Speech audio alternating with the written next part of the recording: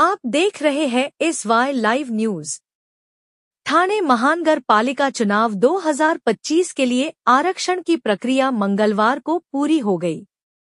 कुल 131 सीटों में से महिलाओं के लिए 66 सीटें आरक्षित की गई हैं।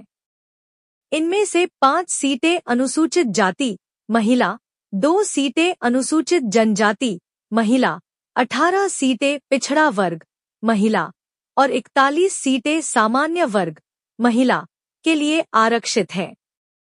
आरक्षण के प्रारूप के खिलाफ आपत्तियां 17 से 24 नवंबर तक दर्ज की जा सकती हैं। इस प्रक्रिया के बाद राजनीतिक हलचल तेज हो गई है और अब सभी की निगाहें इस पर हैं कि किस प्रभाग से कौन सा दल चुनाव में उतरेगा। महानगर आयुक्त सौरभ राव ने कहा कि यह प्रक्रिया पूरी तरह पारदर्शी ढंग से की गई है और अब अंतिम अधिसूचना जारी की जाएगी। नागरिकांचा एक बृहत समूह इथे होता, त्यांची उपस्थितीमध्ये अत्यंत शास्त्रोक्त पद्धतीने विघ्नरहित पद्धतीने पार पाडण्यात आली आहे। माननीय निवडणूक आयोगाने या सोडतीची जे आदर्श कार्यपद्धती आपल्याला निश्चित करून दिलेली आहे त्याचं तंतोतंत पालन करून ही प्रक्रिया आपण इथे संपुष्टात आणली आहे।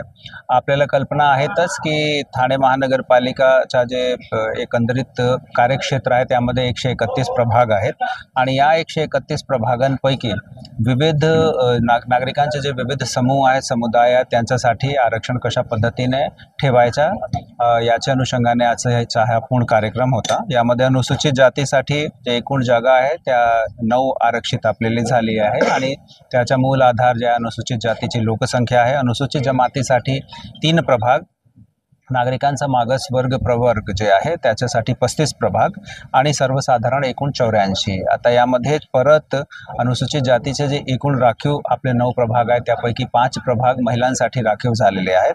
अनुसूचित जमातीचे 3 पैकी 2 प्रभाग महिलांसाठी राखीव झालेले आहेत। नागरिकांचा जे ओबीसी प्रवर्ग आहे त्याचे 35 पैकी 18 प्रभाग महिलांसाठी राखीव झालेले आहेत आणि सर्वसाधारण जे 84 आहे त्यापैकी 41 प्रभाग महिलांसाठी आरक्षित झालेले आहेत। ही पूर्ण प्रक्रिया सुटसुटीत आपण कंप्लीट केलेली आहे आणि या दरम्यान नागरिकांचा जे काही प्रश्न असतील, त्यांची काही शंका असेल, त्यांना पुन्हा काही खुलासाची काही क्लॅरिफिकेशनची आवश्यकता असेल तर ते टप्पे निहाय आपण तोही खुलासा त्यांना देतो। वैशिष्ट्य सांगायचं असेल तर मला असं वाटते 2 वैशिष्ट्य होते।